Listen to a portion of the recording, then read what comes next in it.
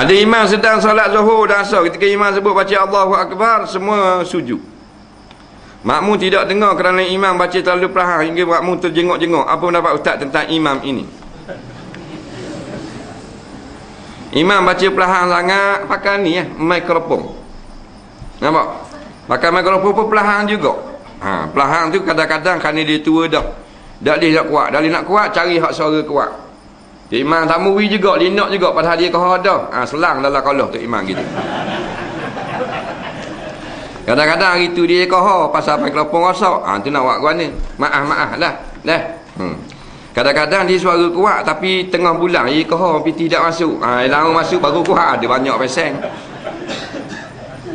Jadi jangan gaduh sangat ni nak hukum tu imam. Faham? Ada kalanya tu imam salah, ada kalanya makmum tu salah. Tengok keadaan.